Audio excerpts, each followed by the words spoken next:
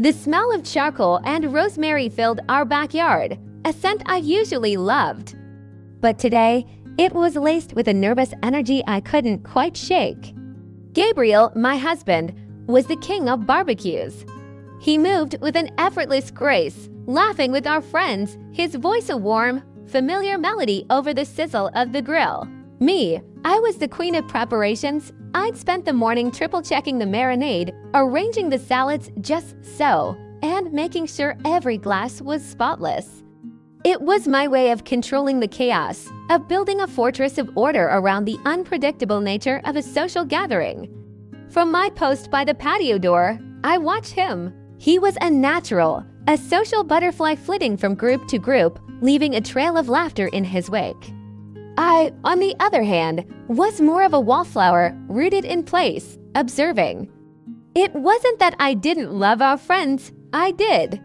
But there was always this invisible barrier, this slight delay between a joke and my laughter, between a question and my answer. Gabriel would catch my eye and give me a reassuring smile, a silent check-in. He knew. He always knew. My friend Clara, who I've known since we were kids with scraped knees and shared secrets, came over, breaking my trance. She handed me a cool drink. "You're doing it again," she said, not as an accusation, but as a gentle observation.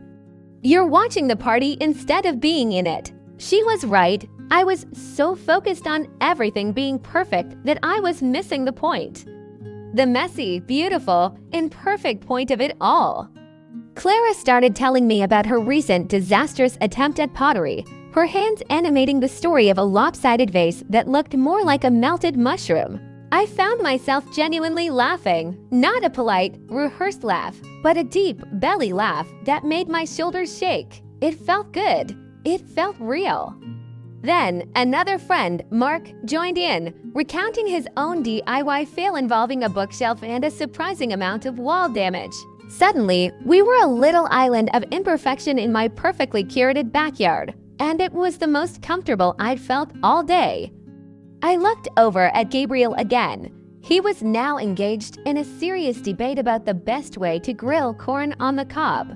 He was so present, so completely absorbed in the moment, and I realized something profound. I had fallen in love with his spontaneity, his ability to embrace life as it came.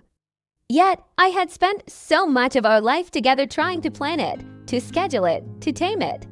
I was trying to fit his vibrant, unpredictable spirit into the neat little boxes I'd drawn for our future. It wasn't about him changing or me changing, not really. It was about us growing together. Love isn't a static thing, a perfectly arranged photograph. It's a living, breathing garden. It needs nurturing, yes, but it also needs room to grow wild, for unexpected flowers to bloom, and for vines to tangle in beautiful, unpredictable ways.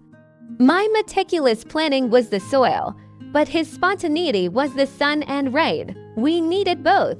As the sun began to set, casting long, golden shadows across the lawn, a comfortable quiet settled over the remaining guests. The fireflies started their nightly ballet. Gabriel came and wrapped his arms around me from behind, resting his chin on my shoulder. "Did you have a good time?" he whispered, his voice warm against my ear. I leaned back into him, breathing in the familiar scent of him mixed with bonfire smoke. "I did," I said, and I meant it more than I had in a long time. It wasn't the perfect party I had planned.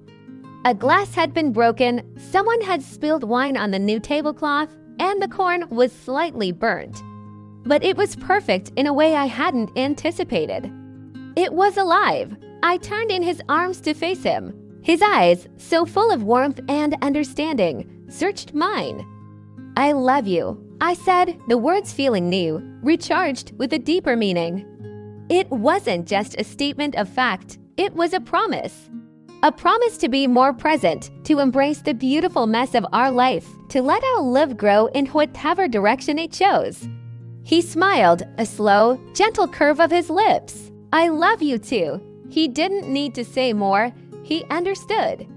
In that quiet moment, surrounded by the remnants of a perfectly imperfect day, I felt a shift inside me. The fortress I'd so carefully built around my heart didn't crumble. It simply opened its gates. I realized that the greatest adventures aren't the ones we plan, but the ones we allow to happen. And my greatest adventure was standing right in front of me, ready to walk into the unplanned, unpredictable, and utterly wonderful future hand in hand.